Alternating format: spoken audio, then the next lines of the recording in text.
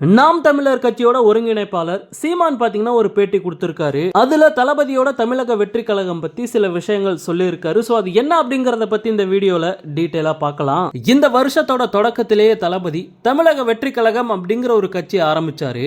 என்னோட இலக்கு 2026 சட்டமன்ற தேர்தல் தான் அப்படிங்கறதையும் தெளிவா சொல்லிட்டாரு. சோ காலங்காலமா தமிழ்நாட்டை திமுக அதிமுக அப்படிங்கிற ரெண்டு கட்சிகள் தான் மாறி மாறி ஆட்சி செஞ்சிருக்கு. அதனால ஒரு மாற்று அரசியலுக்காக தமிழக மக்கள் காத்துக்கிட்டு இருந்தாங்க.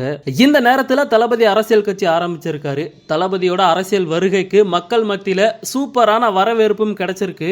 இந்த நிலைமையில தளபதியோட கட்சி கூட கூட்டணி வைக்கிறதுக்கு ஏகப்பட்ட பிரபலங்கள் ஆர்வம் காட்டுறாங்க.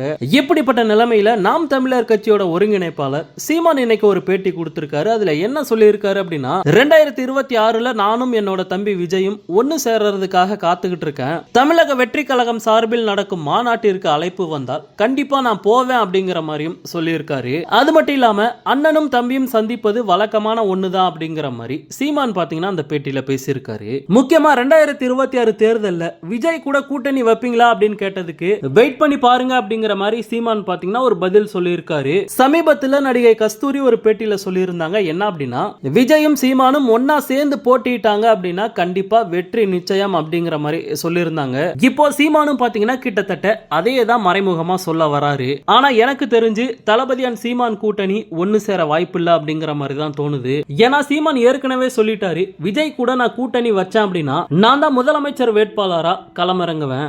ஏன்னா அரசியல்ல நான் தான் சீனியர், விஜய் வேணும்னா துணை முதலமைச்சரா இருக்கட்டும் அப்படிங்கிற ஒரு பாணியில தான் பேசியிருந்தாரு. சோ சீமானோட இந்த ஒரு கண்டிஷனுக்கு தளபதி கண்டிப்பா ஒத்து வர மாட்டாரு. ஒருவேளை தளபதியே ஓகே சொன்னாலுமே தளபதியோட ரசிகர்கள் கண்டிப்பா ஓகே சொல்ல மாட்டாங்க. தளபதியை முதலமைச்சர் ஆக்கி பார்க்கணும் அப்படிங்கிறது தான் தளபதி ரசிகர்களோட மிகப்பெரிய ஒரு கனவா இருக்கு. சோ இத பத்தி உங்களுடைய கருத்து என்ன அப்படிங்கறத மறக்காம கமெண்ட் பண்ணுங்க. முக்கியமா நம்ம சேனலை சப்ஸ்கிரைப் பண்ணி சப்போர்ட் பண்ணுங்க. தேங்க்யூ.